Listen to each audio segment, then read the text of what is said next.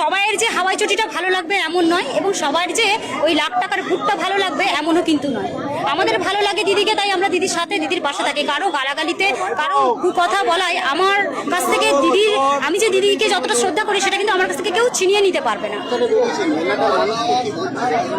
Vote প্রচারে বেরিয়েছি, এলাকার মানুষকে বলছি যে দিদির উন্নয়নের পক্ষে ভোট দিতে, এবং তাদের নিজেদের যারা লক্ষ্মীর ভাণ্ডার পাচ্ছেন, যারা কন্যাশ্রী পাচ্ছেন, রূপশ্রী পাচ্ছেন, বিভিন্ন প্রকল্প, এত প্রকল্প দিদি চালু করেছেন যেটা অন্য কোনো রাজ্যে হয়। কিন্তু ট্যাক্স তো অন্যান্য রাজ্যের মানুষও দেয়, কিন্তু পশ্চিমবঙ্গের মতো এত জনমুখী প্রকল্প কোনো রাজ্যই কিন্তু দিতে পারেন। এটা কিন্তু বাস্তব সত্য।